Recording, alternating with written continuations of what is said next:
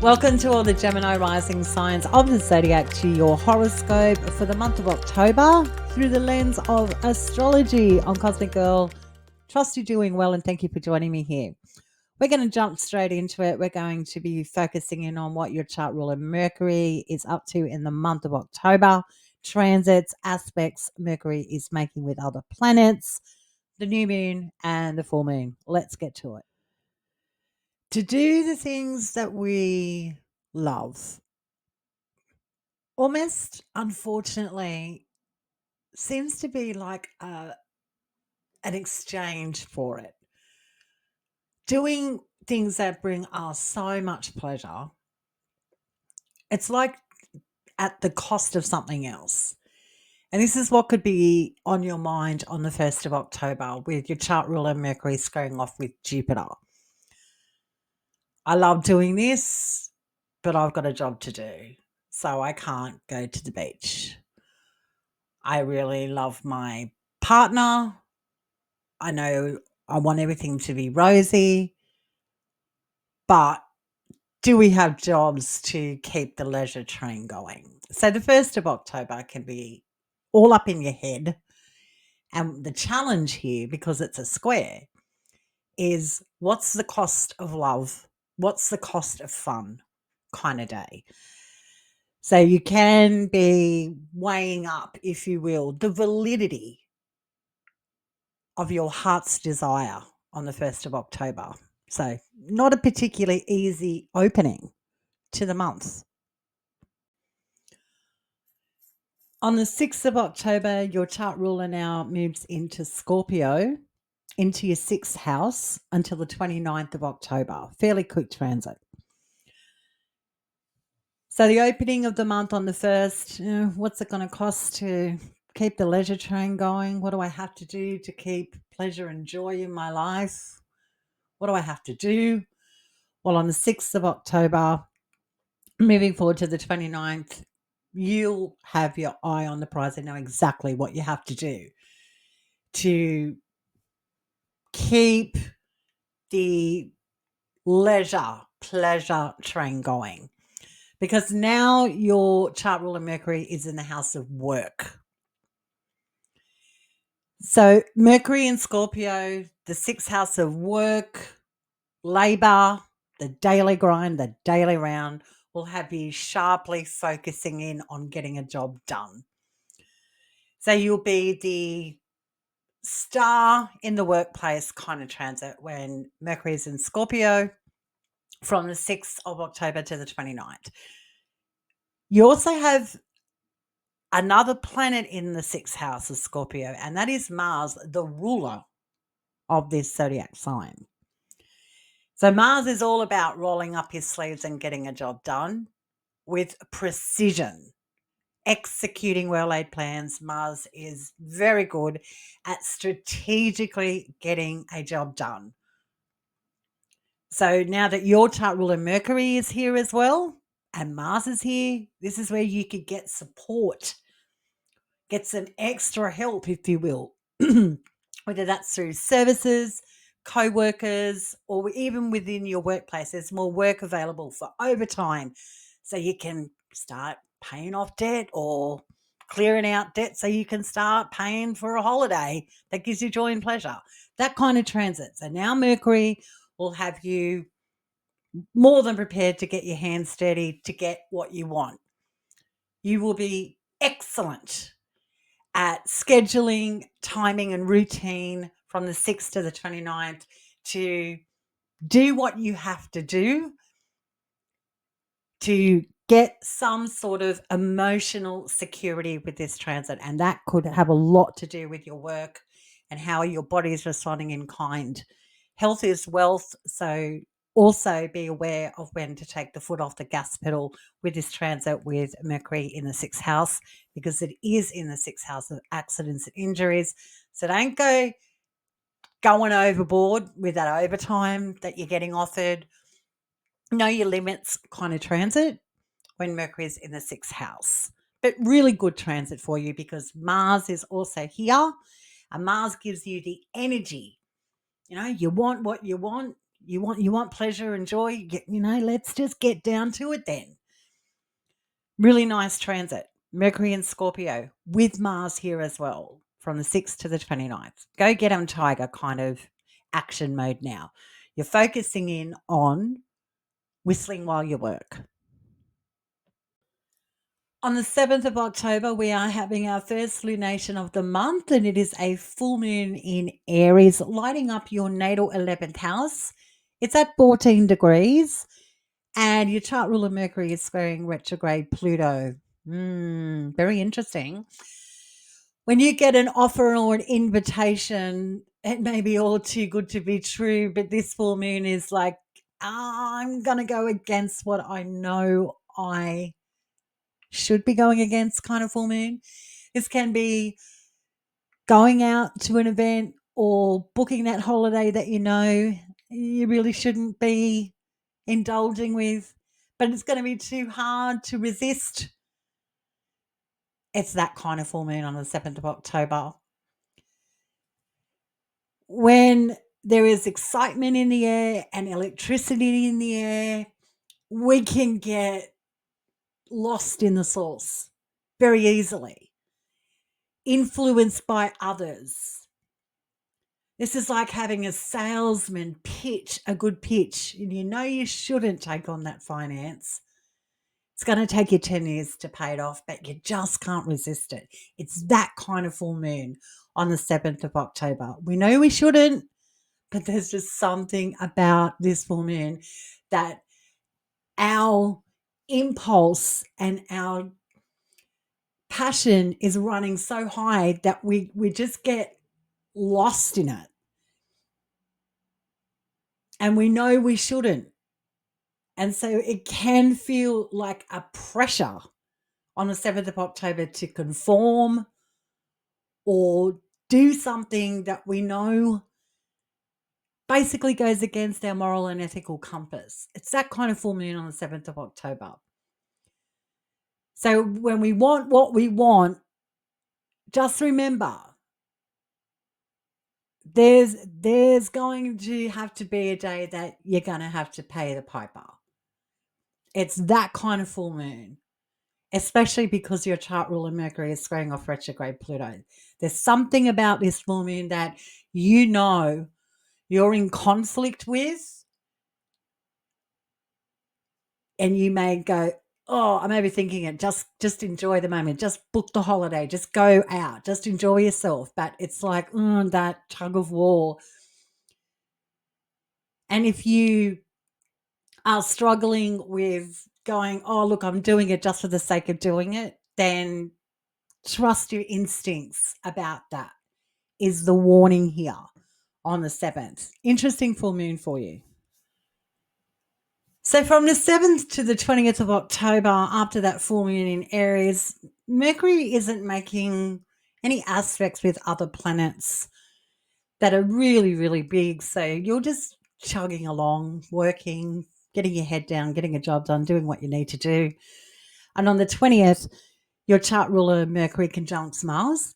This can be a great day for problem solving, a great day for communication, DMs, making a plan that improves your daily routine or scheduling when Mercury conjuncts Mars. This is good for connecting with new services, new work opportunities, or a change in your work dynamic or work life can occur.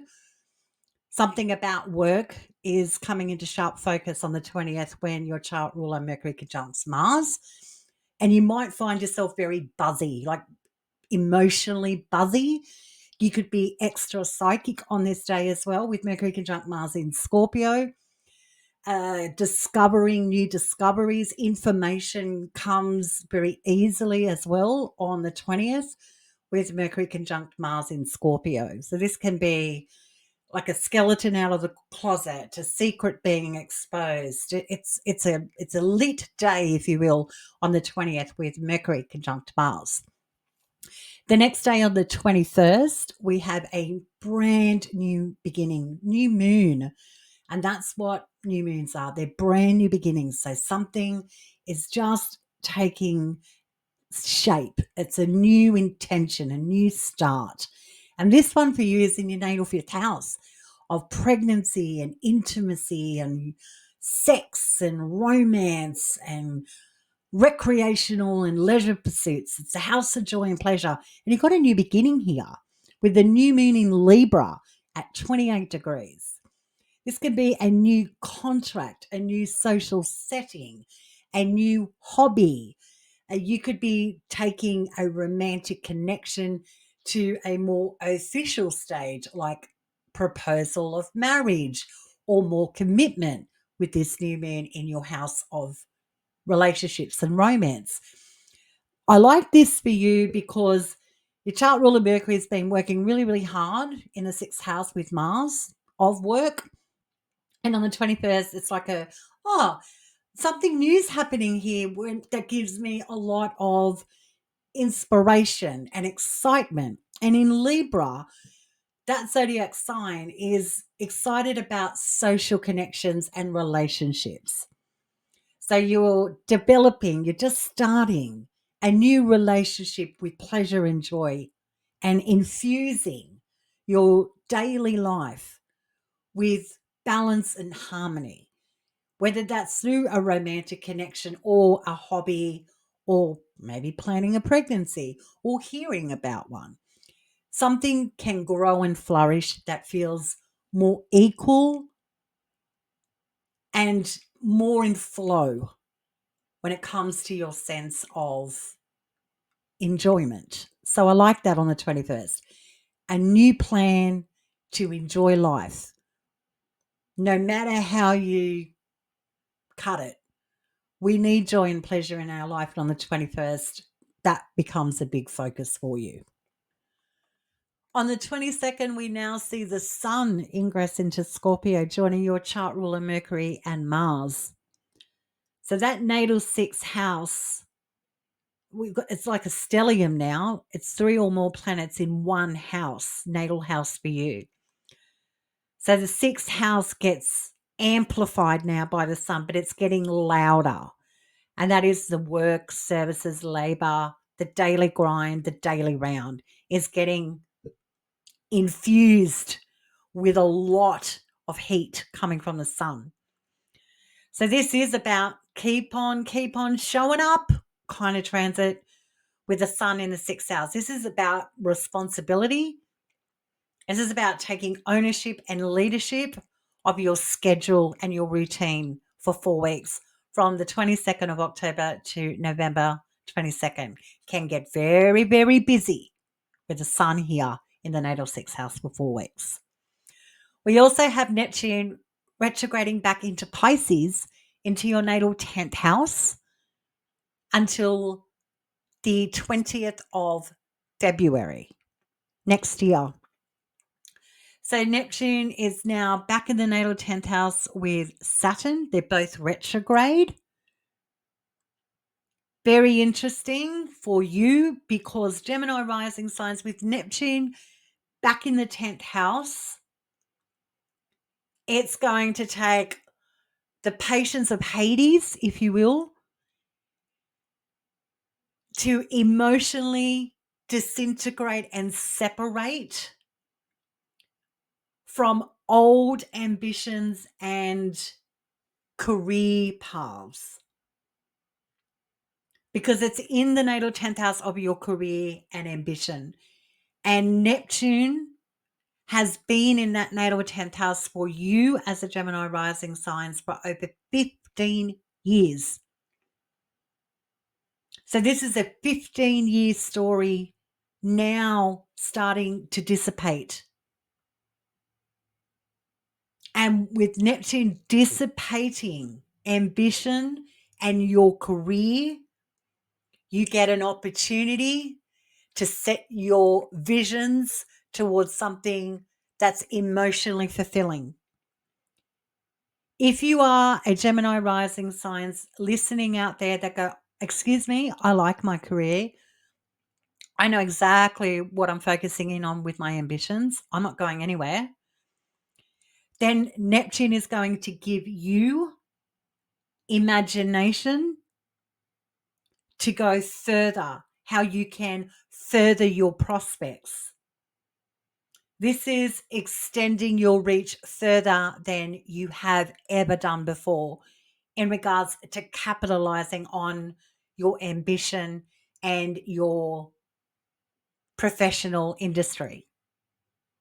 But if you have been locked in for the last 15 years of feeling disoriented, you don't know where you're going, you don't know what your career trajectory is, or you've been in an industry or felt you've been blown around and you've had a million jobs. Well, now Neptune here will give you the eye, if you will, intuitive eye for setting something in sure footing for yourself. Very fascinating with Neptune back in the 10th house of Pisces from the 22nd of October until the 14th of February. Beautiful day on the 24th, chart ruler Mercury trines Jupiter. It's so nice when our needs are being met easily. This is what this aspect indicates on the 24th. Expect a nice flowy day, potentially uplifting news coming from Jupiter in your second house of livelihood and finance. Not too bad at all. On the 25th, Mercury trines retrograde Saturn. And this could be a conversation returning that needs your attention. So this can be an important meeting or an important piece of communication that comes across your table on the 25th for you to look at with a fine tooth comb when chart ruler Mercury trines retrograde Saturn. On the 29th, chart ruler Mercury trines retrograde Neptune. Yes, it is easy to dream about your ambitions, but what plans are in place to execute them? That kind of day on the 29th. This is all about getting out of the head and making practical moves to improve your professional trajectory kind of day. We also have Mercury ingressing into Sagittarius and opposing retrograde Uranus. So that's a lot in one day happening with your chart ruler Mercury. Trining retrograde Neptune. Oh, what am I doing with my lofty dreams and goals when it comes to my public standing? And then Mercury goes into Sagittarius, into your natal seventh house, moving into November and opposes retrograde Uranus. That's a lot. So from one human to another, to my Gemini rising signs listening to the astrology out there, be kind to yourself, be patient, take a beat kind of day on the 29th. Okay, let's talk about your chart ruler Mercury now cruising through your seventh house Sagittarius. That's an angular part of your natal chart. So this is going to be fairly important for you with this transit with Mercury and Sagittarius, where Mercury, your chart ruler, is in detriment, doesn't like being in Sagittarius. It's like a clash of personalities. So this is where it becomes really, really loud, playing nice with others in the sandbox and trying to find some sort of equal footing is going to be really difficult to navigate with Mercury in the seventh house of Sagittarius from the 29th of October moving forward into November. So we all have to play in the same sandbox, but it can become really, really obvious between difference of moral and ethical compasses and codes and different belief systems about you partnering up with others versus them partnering up with you, be it professional, intimate, or otherwise. So it's a big transit. Lots going on with Mercury in the seventh house. You and other. How do you play nice when it's so obvious that everyone's different? It can be quite a challenging transit. I won't sugarcoat it. And on the 29th chart ruler, Mercury opposes retrograde Uranus in your first house of self. This is fascinating astrology.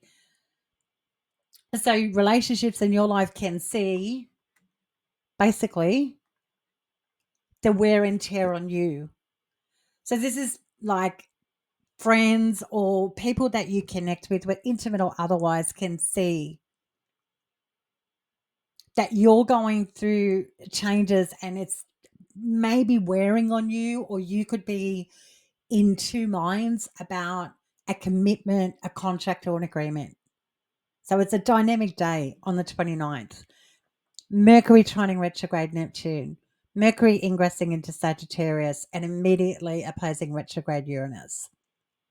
So it might be hard to be out of the spotlight, it might be hard to conceal or prevent a conversation or voice your opinion, or others maybe pushing you for information or can see you're going through challenges or they're seeking out information from you. Are you in or are you out? It's that kind of astrology. It's a lot. It really is a lot. Closing out the month, we have from the 30th to the 31st. We've got a nice couple of days, and that's good news for you because Mercury is now sextiling Pluto direct in Aquarius. So there's a lot happening here in these 2 days as well. So let's talk about first Mercury sextiling Pluto.